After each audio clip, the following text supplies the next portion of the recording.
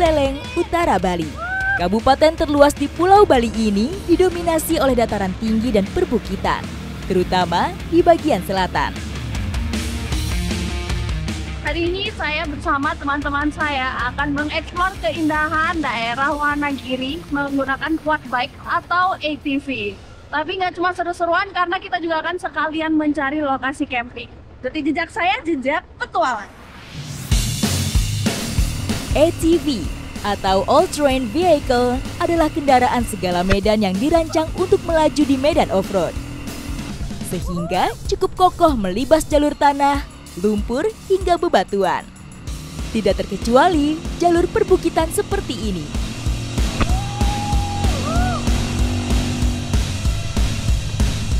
Sebagai pemandu, saya berada di paling depan sekaligus memastikan jalur aman dilewati teman-teman yang ada di belakang. Ini untuk awal-awal jalannya masih enak dan kita masih baru-baru masuk kebun, tapi kita lihat nih nanti di depan jalannya katanya bakalan lebih menantang. ATV sangat cocok untuk bertualang. Desainnya cukup ringkas sehingga mampu melewati jalur berliku seperti ini.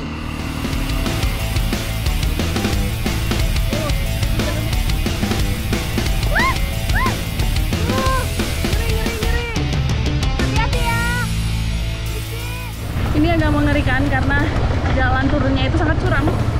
Tapi untungnya quad bike ATV ini dia bisa di segala medan. Karena didesain memiliki roda 4, saat mengendarai ATV tidak boleh menurunkan kaki supaya tidak terjepit dan terhindar dari cedera. Berbeda dengan mengendarai motor off-road, kita justru bebas menurunkan kaki untuk menjaga keseimbangan tunggangan.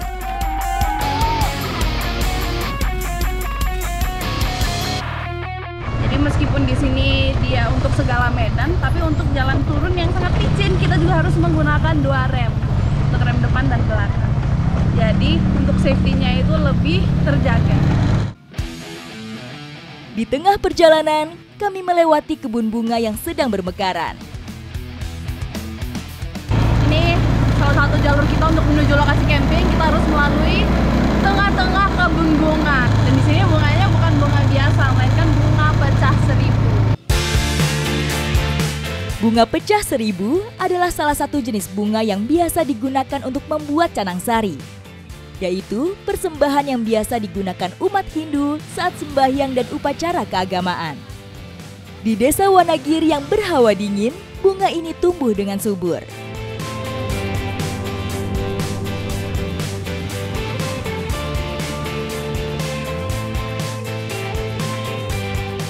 Dalam perjalanan menuju lokasi camping, ini saya sama teman-teman akan mencari bahan makanan untuk nanti diolah saat camping.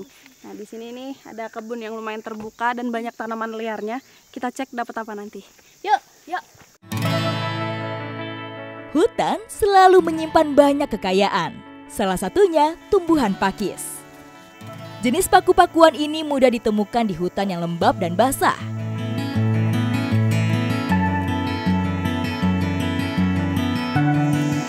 Ini dia nih tanaman liar yang masih banyak dikonsumsi hingga saat ini, yaitu tanaman pakis. Kita panennya yang muda aja, yang ujungnya masih melengkung seperti ini. Batang dan daun pakis muda teksturnya cukup lunak, sehingga bisa diolah jadi makanan. Karena tumbuhnya memang liar dan benar-benar di kebun yang biasanya tidak terawat, nah nggak jarang juga kita menemukan benalu berdampingan sama tumbuhan pakis ini. Hanya ini kita lepasin dulu, nah baru ambil ujungnya. Meski tumbuh hampir di seluruh wilayah Indonesia, tapi tumbuhan ini termasuk sulit dibudidaya karena butuh lingkungan yang lembab dan rentan terhadap terik matahari. Kalian dapat banyak nggak? Lumayan nih. Lihat-lihat. Yuk, udah cukup kali ya? Cukup. Yuk kita lanjut lagi. Oke.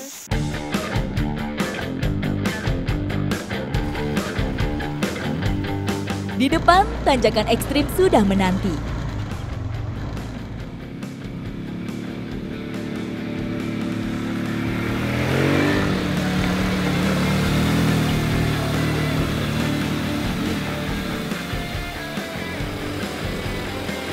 Beban yang kami bawa berbeda-beda, sehingga teman saya tidak berhasil dalam percobaan pertama. Sambil menekan gas, dibantu tarikan tali, ATV teman saya akhirnya bisa melewati tanjakan dan kembali melanjutkan perjalanan. Jalur ATV kita ini memang dibikinnya itu di tengah-tengah hutan dan tengah kebun. Jadi memang nggak ada pohon yang sengaja ditebang untuk membuat jalur, tapi kita yang mengikuti arah pohonnya ini kemana. Jadi memang pohonnya ini rapat-rapat kayak gini nih. Kita harus menunduk juga. Selanjutnya, kami harus menerobos pepohonan.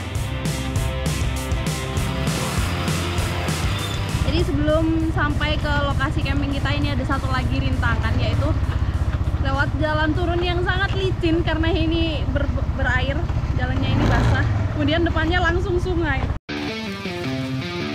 Aliran sungai di depan menjadi penanda bahwa lokasi camping yang kami tuju sudah di depan Ini mata. dia sungainya, ini lumayan dalam ya. Iya, gak mau digas.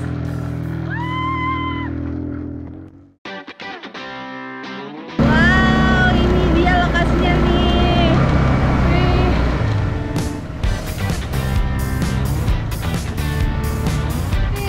Jadi kita udah sampai di lokasi campingnya dan ini bener-bener keren banget.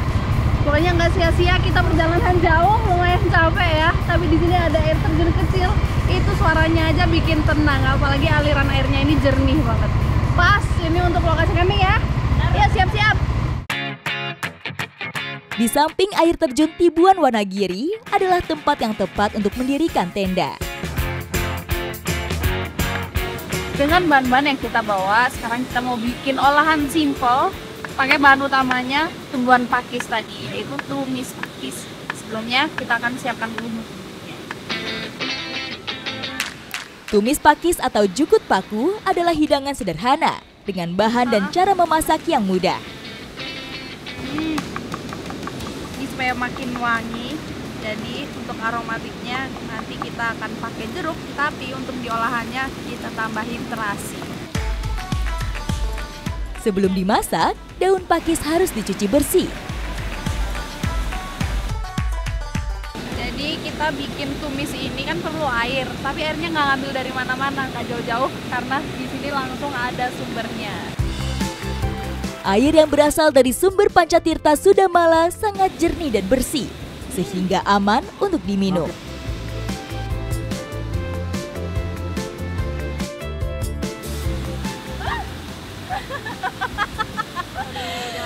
Nggak fokus karena lapar nih, tapi untungnya udah masak, udah matang. Nah, mari kita makan tumis pakis. Yuk!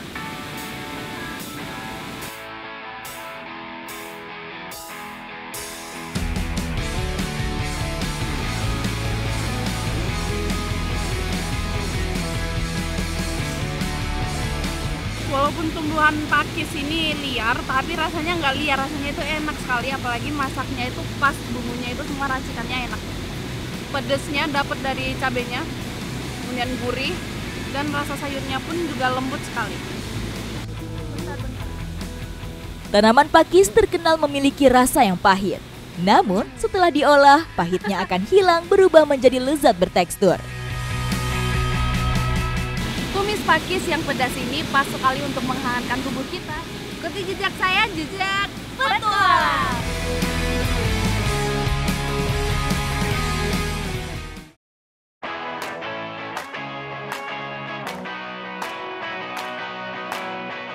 Desa Sambangan, Kecamatan Sukasada, Kabupaten Buleleng memiliki sungai yang diapit oleh tebing bebatuan sehingga membentuk lembah.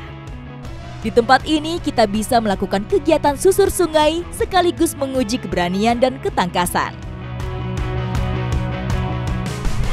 Kali ini saya bersama teman-teman saya akan menuju Canyon Sambangan untuk melakukan salah satu sport yang cukup menantang, yaitu canyoning. Ikuti jejak saya, jejak petualang. Turun dengan tali, melompat, hingga berseluncur di atas air adalah rangkuman aktivitas yang bisa kita lakukan saat canyoning. Sekarang kita udah ada di start point Sambangan Canyon, dan ini deket kita ada air terjun Kebo panggilannya. Nanti air dari air terjun inilah yang akan mengaliri canyon yang akan kita susur. Setelah diguyur hujan, hari ini kondisi arus sungai jadi cukup deras. Semakin menantang, sekaligus bikin jantung berdegup kencang.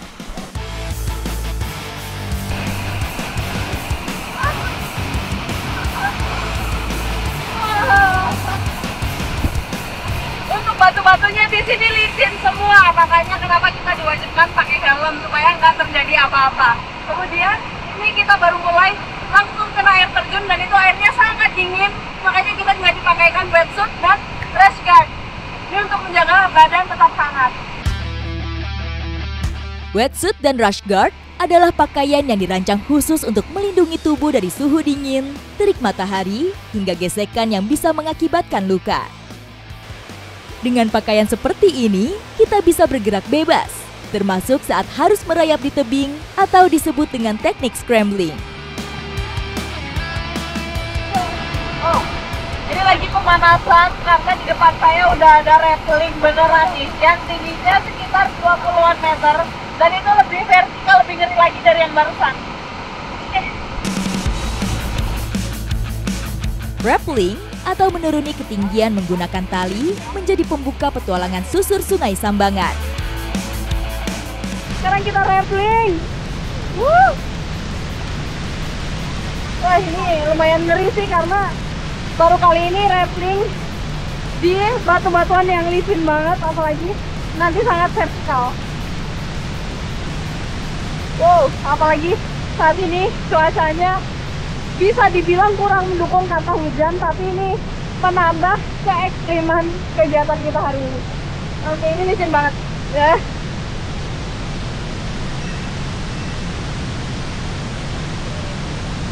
Barusan dengar instruksi dari instruktur di bawah, suruh ambil jalur kiri. Oke ya.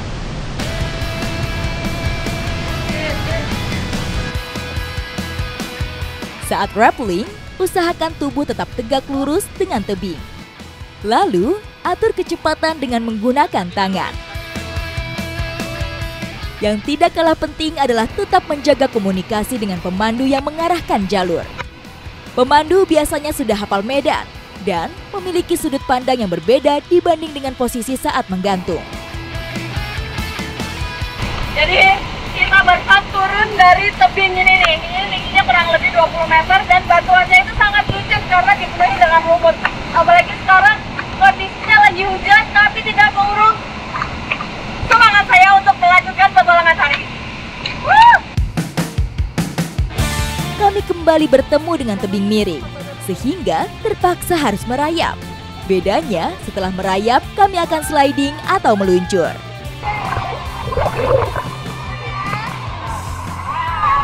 Sekarang kita scrambling, selanjutnya sliding lagi. Let's go!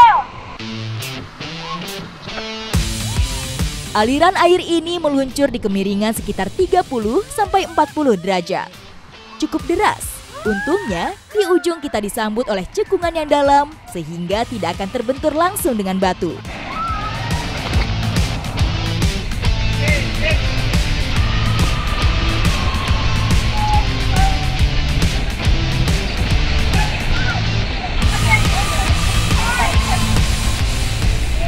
Di sini salah satu tantangannya adalah karena saking deras airnya kita susah untuk mencari tindakan. Jadi kadang kita nggak tahu kita nginjakin apa, kadang batu besar, kadang tiba-tiba dalam sekali. Udah selesai slide yang kedua dan ini jauh lebih dalam lagi, jadi kita benar-benar harus berenang. Jadi semuanya campur ya, ada rappelling, swimming, terus ada macam-macam. Nanti di depan kita cari lagi ada apa. Yuk. Di titik selanjutnya, kami tidak bisa rappelling dan sliding. Untuk melewati air terjun setinggi 3 meter ini, kami terpaksa harus melompat. Di bawah air terjun, cekungannya cukup dalam, sehingga aman dan dapat menahan beban tubuh meski harus melompat dari ketinggian 3 meter. 3, 2, 1, jump!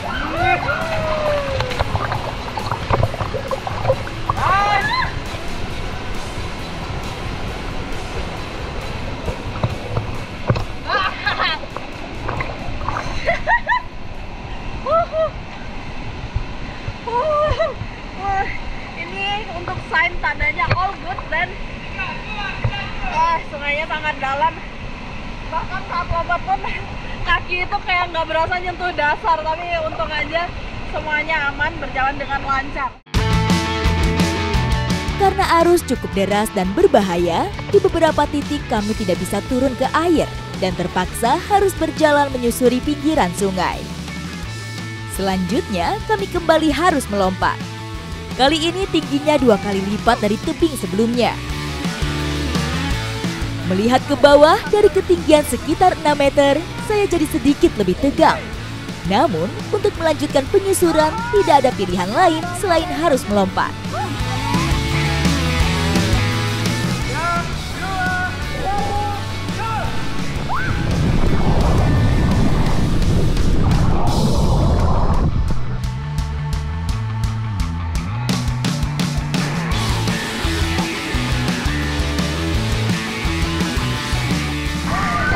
Banget sih, apalagi kalau sama teman-teman kayak gini, ngelihat ekspresi mereka itu yang membuat menambah keseruan di hari ini.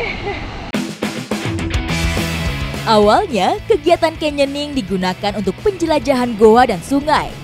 Namun, seiring perkembangan, aktivitas ini berkembang jadi ajang rekreasi sekaligus uji keberanian.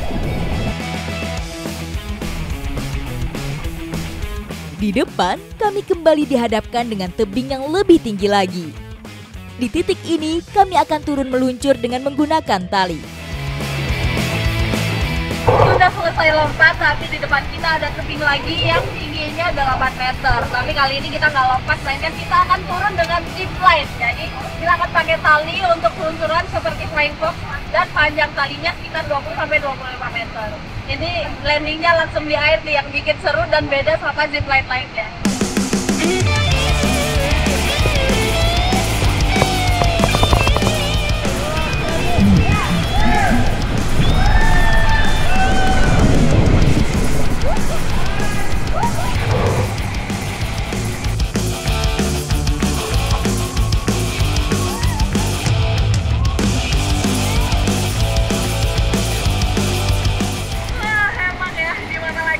Saya bakal ngerasain zip line tapi langsung landing di air kalau nggak lagi canyoning kayak gini. Jadi ini benar-benar menambah wawasan baru, menambah experience baru juga. Keren! Tidak terasa, setelah kurang lebih 1 kilometer, akhirnya kami hampir sampai di titik akhir. Dan dekati akhir kita dikasih yang gampang-gampang nih, jadi udah nggak ada rappelling lagi, nggak ada macam-macam lagi. Tapi kita berenang dan jalan. Pokoknya harus tetap bergerak biar tubuh kita nggak kedinginan. Menyusuri bagian tersulit Sungai Sambangan butuh waktu sekitar 3 jam. Sepanjang penyusuran tidak hanya dihadapkan dengan beragam tantangan, namun juga pemandangan alami yang masih terjaga. Petualangan saya hari ini nggak selesai di canyoning karena nggak jauh dari sini ada tempat yang ingin saya tuju yang pastinya nggak kalah seru. Ikuti jejak saya, jejak